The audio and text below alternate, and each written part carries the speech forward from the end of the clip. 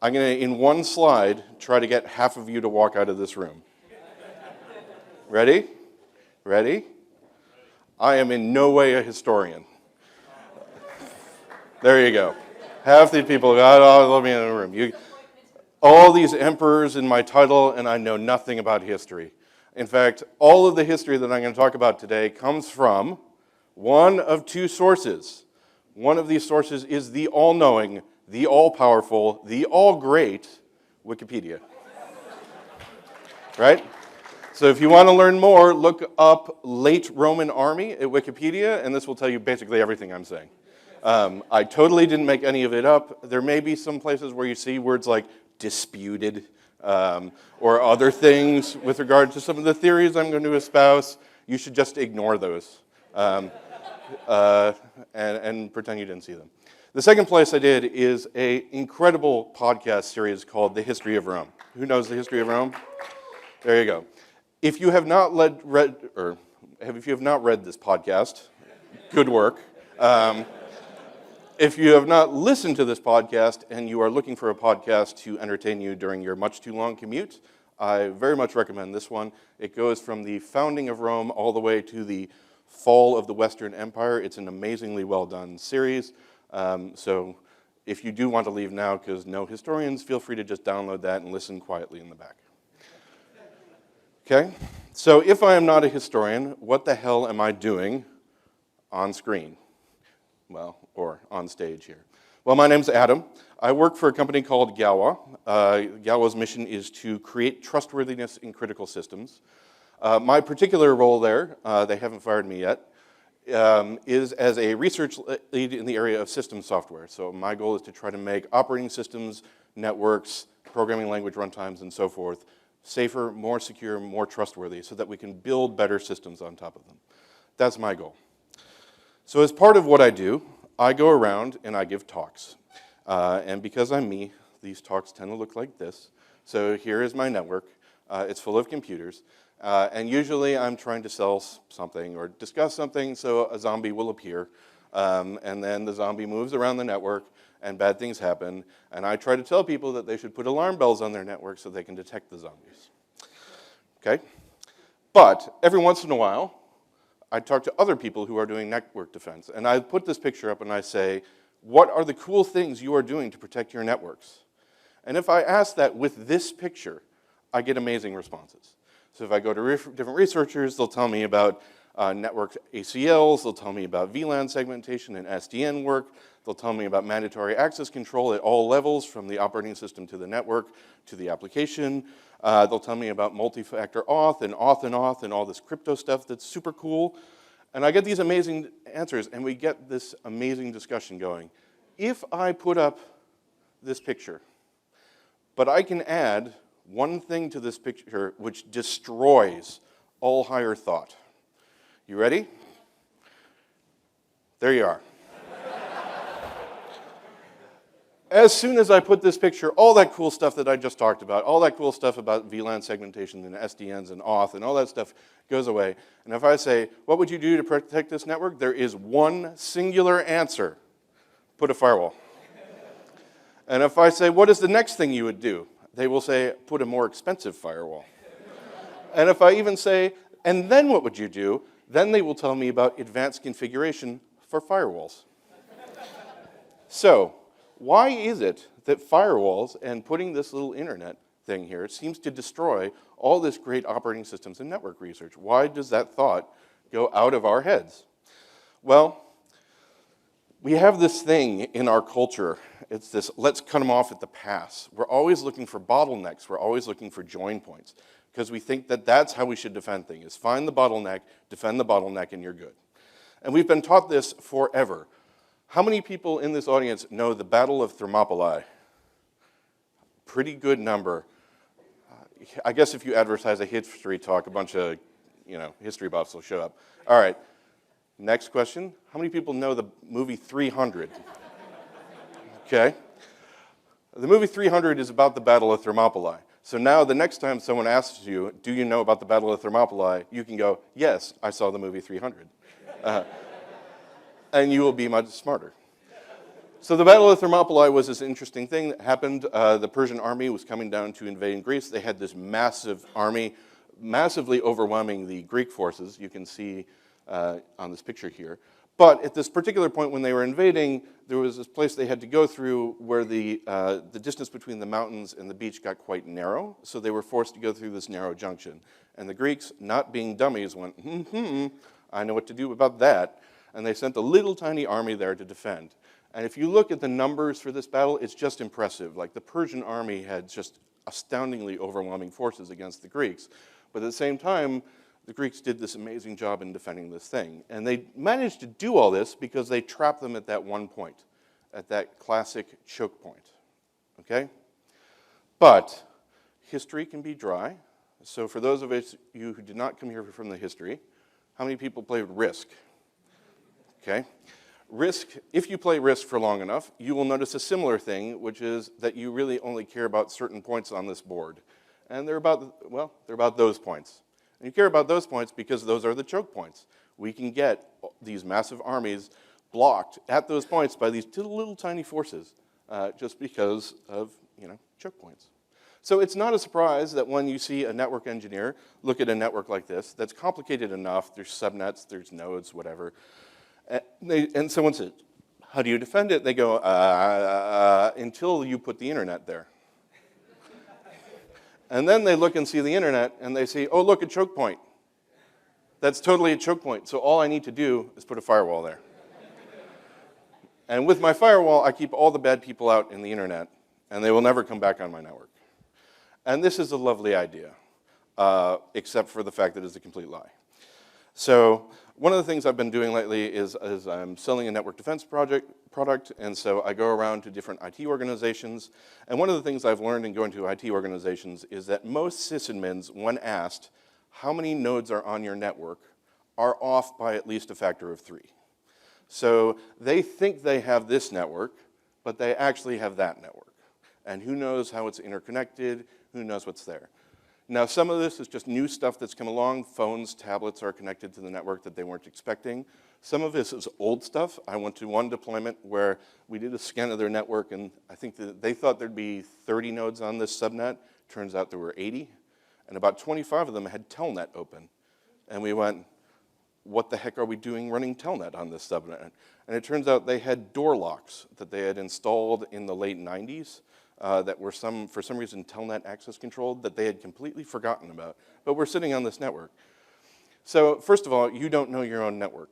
And second of all, let me ask you another question. There is a strange loop wireless network. How many people are connected to it? Okay? How many are connected to it with a device that also has 3G access? Uh-huh. This is not the picture you have. This is the picture you have. Because a bunch of the nodes that you think are going through your firewall are not going through your firewall. They're going on through a completely separate 3G connection, and you have no idea what they're sending. And in fact, they could be broken, and people could be tunneling through to your network via those connections. So you don't have a bottleneck. You have a gigantic open network, a huge open border. And in fact, this picture, I have chosen to draw this picture because I do not want to destroy your minds. The situation is even more hopeless than you think. I recently did a little tutorial for a high school camp of high school students that wanted to learn about security. And I told them the first thing you need to learn about doing security for a living if you're on the defensive side is to give up all hope, right? Because only through giving up hope will you understand that what you're trying to do is delay people as long as possible and get notifications, right? If you try to actually protect a network, believe that you are going to be able to do that, you will never win. So give up hope. My picture was hopelessly idealistic. For those of you who, by the way, are thinking of my talk so far and going, well, I work in the cloud, so it doesn't matter because I work in the cloud. You have exactly the same problems. You think you know what the entrance and exit points are to your cloud.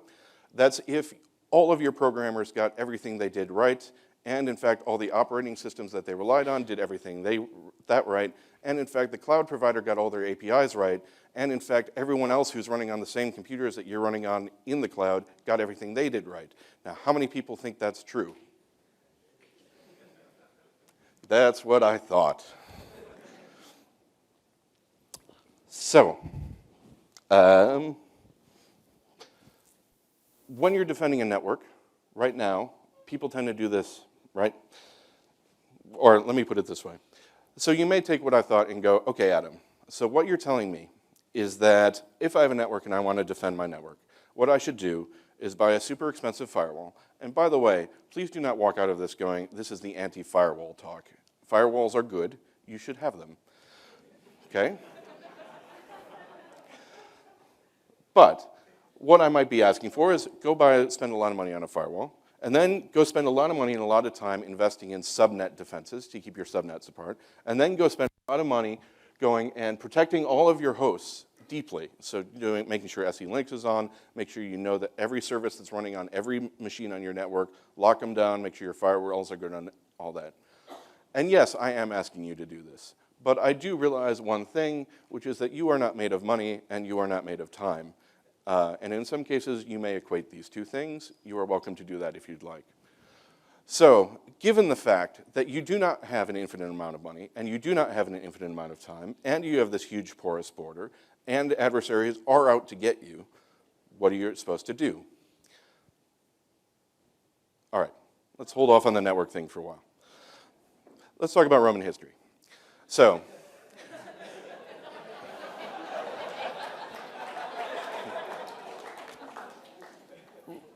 Roman history up to my hero Diocletian and his buddy Constantine. So 750s, roughly, city of Rome is founded. 509, they say kings are bad. No kings. We're a republic. We're going to vote people in as long as they're property and have money and are men. Okay? No kings. 27 BC, Julius Caesar takes over. He says, I am totally not a king. I am an emperor. That's totally different.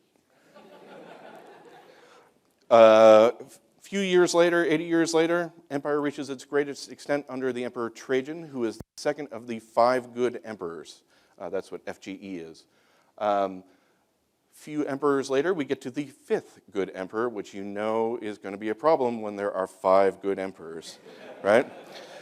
So Marcus Aurelius was number 5, great guy, did a number of wonderful things, wrote a book on Stoicism that is still studied and read today. Did a number of things right, except one minor thing, which was he totally chose the wrong successor. Successor was a guy named Commodus. Bad things happened. He kind of went a little crazy. He got himself assassinated. We triggered the year of 5 emperors, which you can imagine if you are an empire, having 5 emperors in 1 year, not the best thing. This eventually degraded further to the crisis of the 3rd century. We will come back to the crisis of the 3rd century, okay? Roman history in a nutshell. You are now Roman history experts. But let's talk about defense. So here is the Roman Empire in its greatest extent under Trajan. Things that you might note, oh my God, that's a huge border, right? How the heck did they defend this border? Especially, there's some mountains in here that are, not shown, so there are some places that you can avoid attacks. But, there's a lot of land there and a lot of sea, a lot of places to get attacked. So early Roman military strategy, which I will use stick figures to describe, works like this. Every once in a while, the Roman Empire would look north of its border, and it would say, gosh, that's a lot of people, and gosh, they have a lot of money. So what they do is they put together a legion or 3, and they would go wander up north. They'd kick butt, steal the money, kill a bunch of people there, or enslave them, and then they'd come home. And they'd go, hey, now there's not a lot of people up there. That's good. And we have their money. So what they do is they would say, okay, a couple of you go, guys, you go watch the wall. The rest of us are going to go home and spend our money, okay? And so now, everyone up north is trying to, farm to have food for the winter or whatever. Even if they do band together to attack the Romans, they come across, they come up to this fort. There's still only a couple of people doing there, but there's not that many people attacking them. The Romans can easily overwhelm them, and now they're gone, and now they're back. Everyone's safe. This is how you defend a huge empire, right? Easy peasy, no problem, as long as 4 things are true. And those 4 things are that you have a lot more money than everyone else, you have a lot more people than everyone else, you are much better trained at all levels in your army than everyone else, and you have better technology. How many people have played the game Civilization? Good people in this crowd. As those of us who play Civilization know, if you're going to go invade someone and you have a giant army of tanks and they have a small army of horsemen, you're probably going to do pretty well, right? This is sort of the Roman Empire approach, right? And that's what they did, and it works great. But, doom. I mentioned something called the crisis of the 3rd century. For a number of reasons that I don't really want to go into, because I have limited time in this talk, it was kind of a crisis. The Roman Empire collapses, so it shrinks fundamentally and then fragments into 3 pieces. A bunch of bad things happen, a lot of civil war, you get some plague, you get trade disruptions across the entire empire, you get a complete collapse of the coinage, which is not great, and basically bad things happen, and they happen for 50 years. So, this goes on for a while and the empire is fragmented until our hero, Diocletian, who may or may not have looked like that bust. He gets the band back together. Rome is one empire once again, but he is somewhat wise and goes, this is a really big empire and I am just one person, so what I'm going to do is have co-emperors. And he picked 3. This is called the tetrarchy. You learned a term today. So he has some co-emperors. One of them will eventually be Constantine, and that's why Constantine gets his name in my title. Okay, so let's go back. It's good to be the early Romans because of these 4 reasons, but we just went through the crisis of the 3rd century, so we have no more money. We have no more people because a bunch of them died in the plague and or civil wars. We are no more better trained than our enemies anymore because they had 50 years to catch up. So while we were fighting each other as Romans, killing each other, bad, they were training each other and getting better. Similarly, their technology moved ahead while we were dying. So it's no longer really good here. So again, back to civilization, which teaches us everything about history. You know, if we have 2 equal forces at the border, now it's a little bit of a dicey proposition. Maybe we'll win, maybe we'll lose, not sure anymore. So here we are in the Roman Empire, time of Diocletian. You'll see a little bit smaller, right? But still big, long border. So we have here very wide attack surface. We have no money, and we have lots of enemies. All right. So so now we have our Roman strategy again. Okay. So first thing, we look across the border. We see a whole bunch of people there. We look at our legions and go, no. We're not going to go across. We might get killed. And if you're an emperor, the last thing you need to do, lose a bunch of legions to the barbarians. Ooh, bad politics. So never mind. We don't have that many people anyway, so we're just going to send some people to the borders and send everyone else home because we need them to farm and get food for us. So what happens then? Now there's a big army north, and they look down at the Roman Empire and go, hey, it's the Roman Empire. They beat the crap out of us for years and stole all our money. What should we do? So they gather an army. It's much bigger than the people at the post. The people at the post die. And now you've got this army ready to invade the soft underbelly of Rome. Okay? This is bad. This happened for a while. Until Constantine and Diocletian thought, there must be a better way to make this work better for us. So they switched to what I will call late Roman military strategy. And it works like this. Well, problem statement. Always start with your problem statement. Don't start with development. Problem statement first. Problem statement. We do not have enough troops to sufficiently hold the border. We can't just fill the border with troops and push back any invasion that comes. We just don't have that many people, and we don't have the money to pay them even if we had the people. Problem number 2. We don't have enough troops to even defend our cities. We cannot just stage our armies in our cities and defend them there because, again, don't have enough people, don't have enough money. So, how are we going to defend our gigantic empire when we have this problem? We're going to do this. Step 1, our soft, easy cities, we're going to build walls around them. So if you have been to Europe or are from Europe and you have seen walled cities, this is when they started to be built, is right around here.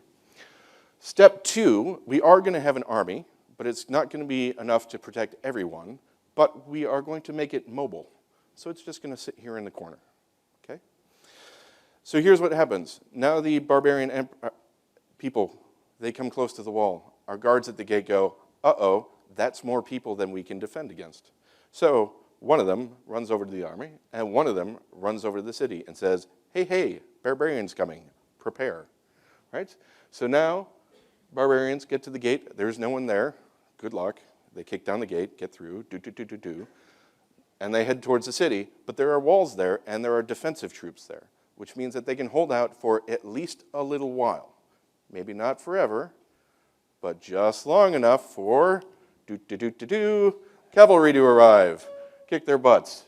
No more barbarians. Empire saved. Yay, cheer, cheer. All right. Key aspects of this strategy, right? Your border guard is not there to defend against all attacks, right? It can defend against light attacks, drive-bys, if you will, no problem. But it's just there mostly to notify you that an attack is coming. When heavy attacks do come, your goal is not to defend them. It is to know about them as soon as you can. It is to hold together your key assets for as long as you can, and hopefully long enough for the cavalry to come by, right? So let's get back to networks. We are not the Roman Empire, especially not the early empire. We do not have more money than our adversaries. We do not have more people than our adversaries. We are, in fact, not much better trained. That's not to say that we are untrained or unskilled. It's that our adversaries are pretty trained and pretty skilled. We do not have a technological edge on our adversaries. If anything, quite the reverse. And in fact, we are even worse than the early Roman Empire here because we don't actually know where our borders are. And furthermore, one key aspect of the early Roman defensive strategy was that occasionally they left Rome, kicked butt for a while, depleted the adversarial population, and then came back. Turns out I'm not allowed to do that. So we can't just say, hey, we're getting a lot of attacks from this place in Eastern Europe. Let's go DDoS Eastern Europe. People get upset when you do that. So instead of taking sort of the early Roman approach, let's think about maybe it makes sense to take the late Roman approach. So let's translate military to technical. Know about the attack as soon as possible. We call that intrusion detection in the networking world. Hold things together for as long as it takes for the army to come. We call this defense in depth. Have an army that can get to the site of problems as quickly as possible. We call this the agile IT workforce. Okay? So let's go through each of these. Intrusion detection. I love this stat, so I include it in just about every talk I give. In 2013, a company called FireEye, who knows what FireEye is? Okay, they're a company that does basically network defense and post hoc attack analysis. So if an intrusion happened on your network, they will come and tell you what happened, right? They put out a study in 2013 in which they published the median time in their experience between an attacker gaining a foothold on the network and being detected on the network. So, how long do you think that was? Shout it out. Okay, I'm hearing a bunch of hours and days and a couple weeks. I'm hearing a bunch of smartasses say a few years, and so on. What you'd be interesting is that the few years people are probably closer to correct than the few days folks. So what they actually published was 229 days. So that's just shy of 8 months. That in median terms, so there was a lot worse than that, that's what median means, was 8 months. 2014, we had learned about network defense. We were much better. How much better do you think we were? 228. Anyone else? 150, 180 is what people are thinking. 228 was a better answer. Got it down to 205. So this is bad, people, right? Like, we need to know that intrusions are happening sooner than this. There are solutions to this. We need to figure this out. It goes against our engineering nature to install intrusion detection software because we kind of feel like we've lost at that point, right? Why should we install intrusion detection software? We should just keep the intruders out, duh, right? Let me just tell you, back to an earlier point, hopelessness. Give up on hope, right? So you need intrusion detection software. you should get on board this train. I'm not going to recommend any particular intrusion detection software, except, of course, the one that I wrote. In that case, you should totally buy something called CyberChaff. It will protect you. It's awesome. Tell all your friends they should get licenses, okay? So intrusion detection, get on board. That tells you that there is an adversary on your network and you need to do something about it. But let's also talk about defense in depth. Right now, when people think about their budgets in terms of network defense, what they do is they look at their budget and they say it's N dollars. And they say, what is the biggest firewall I can buy for N dollars, right? And then they install that firewall right there. And I say to you, no, do not do that. No. Different approach. Look at the budget that you have. Buy your most modestly priced firewall. A good one, but something modestly priced. And then take some of the money that you have left over and put that into protecting your subnets. Not all subnets need to talk to each other. You can program your routers to do that. You should do that, right? Then if you still have some money left, great. Look at your most critical hosts. Harden them a little bit. Turn on SE Linux. Make sure your firewall is on. Make sure there's no funny processes running. If you take any of the free network scanning tools, they will tell you a lot about your computers. For example, there are some major Linux distributions that install web-based remote administration controls by default in their default install. Maybe turn those off, right? And then if you still have some money, well, protect some of the other nodes on your network as well. And then if you still have money, buy a bigger firewall. And then come back and thicken your subnetwork protections. And then come back and fix your critical hosts. And then go back and fix the next one. Are you getting the feeling here? It's sort of a wash, rinse, repeat thing, right? So just spread your money across, because the goal is to get it everywhere throughout your network so that every host in your network can hold on against an attack for even just a little while. And then your intrusion detection software should tell you that the attack is there and you can handle it before anything super bad happens. So Roman history and network defense. In summary, like Diocletian and Constantine, we have a long border, we have no staff, we have no money, and we have lots of enemies. So just like them, we need to detect our threats as soon as possible. We need to spread our defenses across the network, and our goal is basically to hold together for as long as it takes for our sysadmins to save our butts. Okay? Good.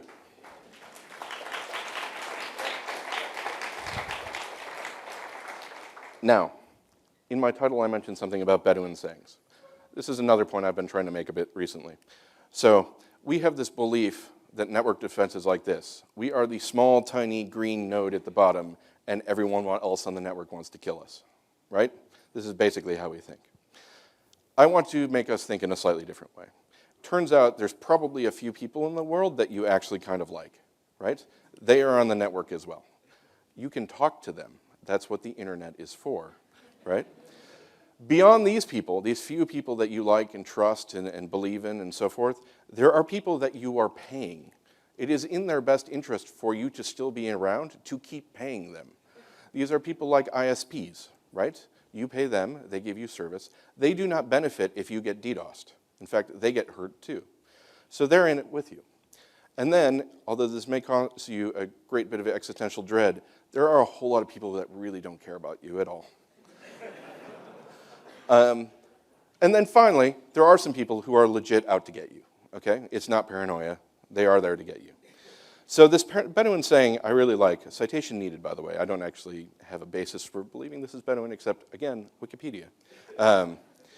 Which is, I against my brothers, I and my brothers against my cousins, I and my brothers and my cousins against the world, right?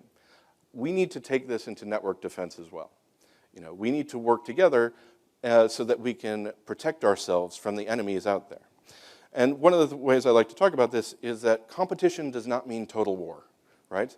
Just because I compete for network defense dollars with some of you does not mean that I'm planning some sort of elaborate cyber-kinetic attack on your institution to bring down your company to its knees. Trust me, I'm not, right? Just because I compete for research dollars with some of the professors and grad students in the room doesn't mean that I'm launching Baroque cyber attacks to make sure your proposal doesn't actually get submitted to the funding authority on time. We just compete, right? We don't try to kill each other. And in fact, there are quite a few studies that say if an attack is against, for example, this one bank, the likelihood that that attack will be used against another bank is actually very high. These things go in clusters by industry. And so what we need to start doing is, as industries say, I am competing with you, and I am going to fight you tooth and nail for every customer you have, but at the same time, I'm going to tell you all the attacks that seem to be coming at me, because then you can protect yourself. And similarly, you're going to tell me about all the attacks that are coming against you, because then I can protect myself as well, right? And so we need to get these collaboration going. The silence that we have right now really only helps our adversaries. So let's talk. Let's see what goes on. By the way, if you're looking for a talk for next year's Strange Loop, and you can write a better abstract than I can, here's your talk for next year. It's called The Hanseatic League and the Internet. I thank my colleague Trevor for telling me about the Hanseatic League. I read just a little bit about it. I think it would be a really interesting talk. May the best abstract win. Again, I'm not going to DDoS you. It's just, we're just trying to put this up there, right? So in conclusion, and I'm told by Google Translate that both these things mean in conclusion. You can tell me later how I am terribly wrong or swearing at your mothers, in this, right? There are three things I want you to remember. Number one, you probably do not know your own border, and your enemies are both well-funded or bored, right? Let's be honest. You need to protect yourself against a very long border with a very active adversary who's just as well trained as you. So the second thing I want you to think about is spreading your protections across the entirety of your network. Just you putting a firewall on the outside lanes isn't going to keep everyone out. You need to keep them out at every level in your network. And you need to figure out where they are and when they are and so forth. Wash, rinse, repeat. Go through your entire network and then start again and do it again until you run out of money. And you're going to run out of money. Trust me, we always run out of money in security. But do the best you can. And the final thing I want to say is you have friends in the world, and you even have friendly competitors. So we should talk more, and we should talk about more. So that is everything I wanted to say. I'm here to take questions. You can email me or tweet at me. Please, only nice tweets. And if you want to compliment me to my company, that's the company Twitter handle. You can say, Gawa, what a great speaker Adam is. You should keep paying him. Thank you. Thank you very much. Again, if you want to look at the history of Rome, it's right there. Thank you very much.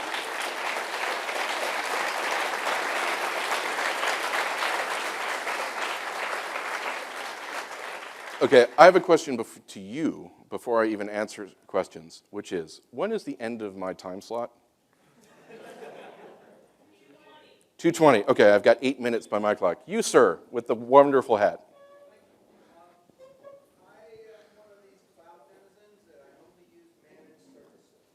Yep. Everything you talk about, they're supposed to do to me. Mm-hmm. I'm still scared.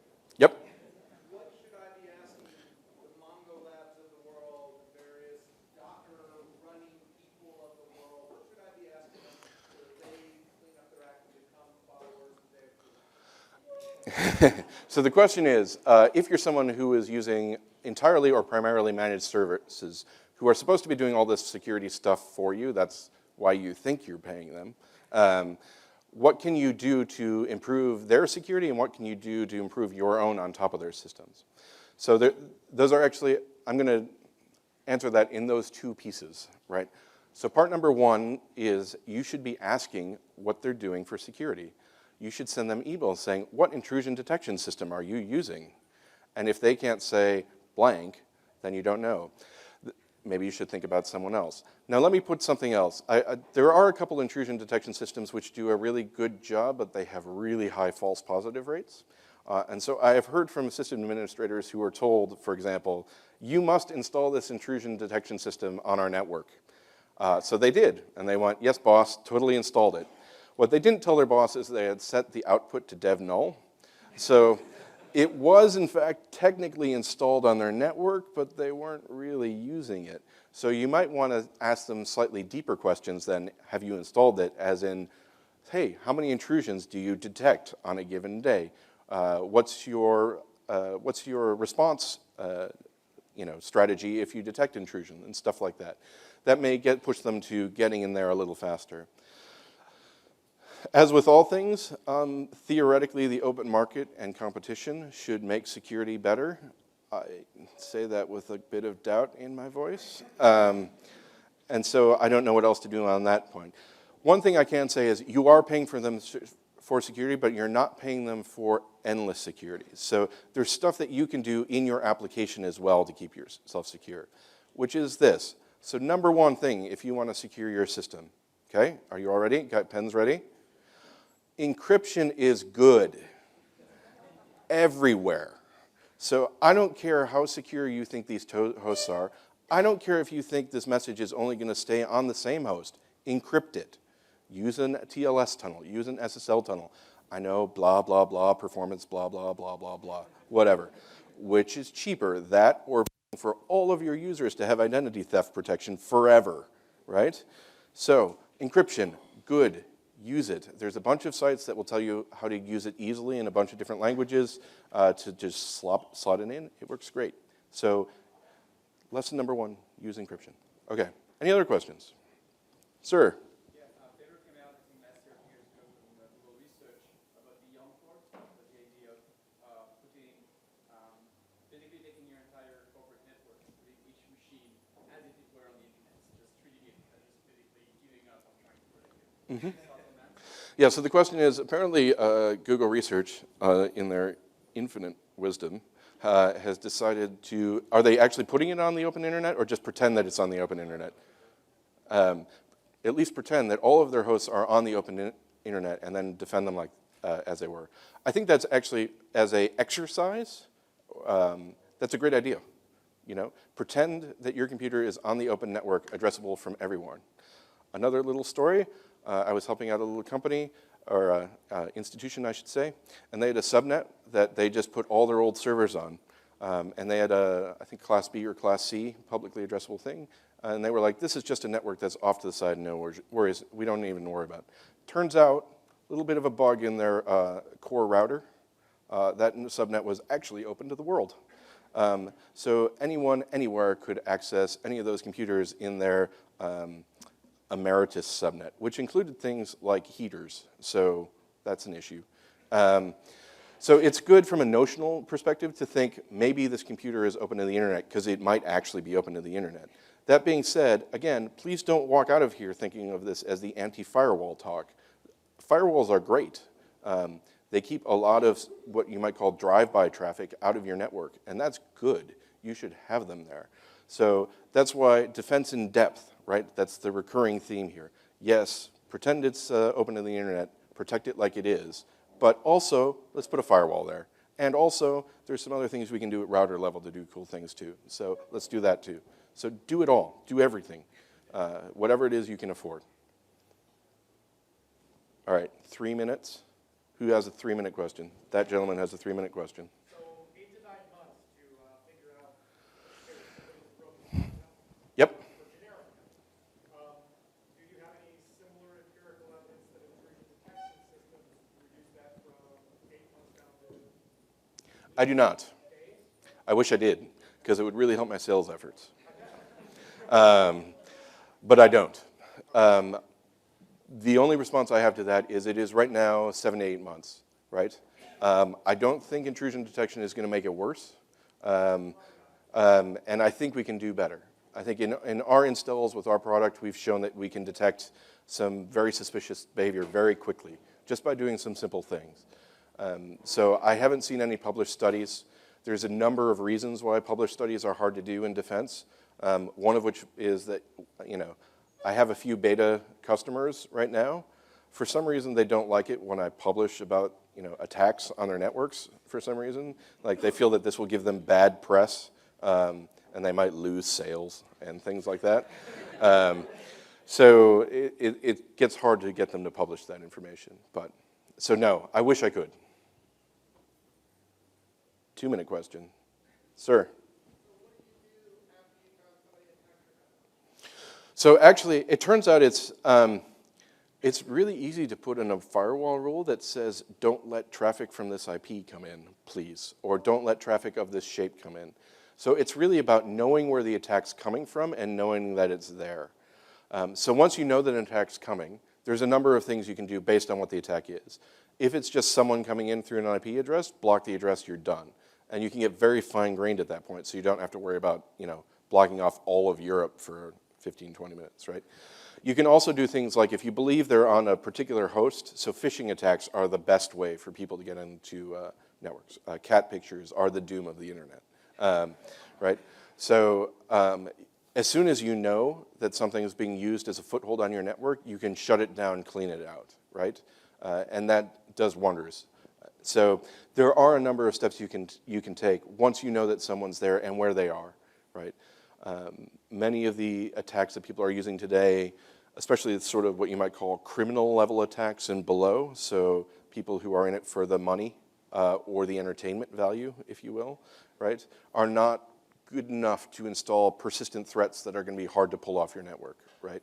It's really more advanced people that you have to worry about that sort of stuff with. So honestly, if you know it's on these computers, and it might even be on this router, IT's favorite trick always works. Turn it on and off again, and then maybe run some virus scanners and clean them off, or just do a blank reinstall and you should be good. All right, I think I'm running out of time. So thank you all again for coming.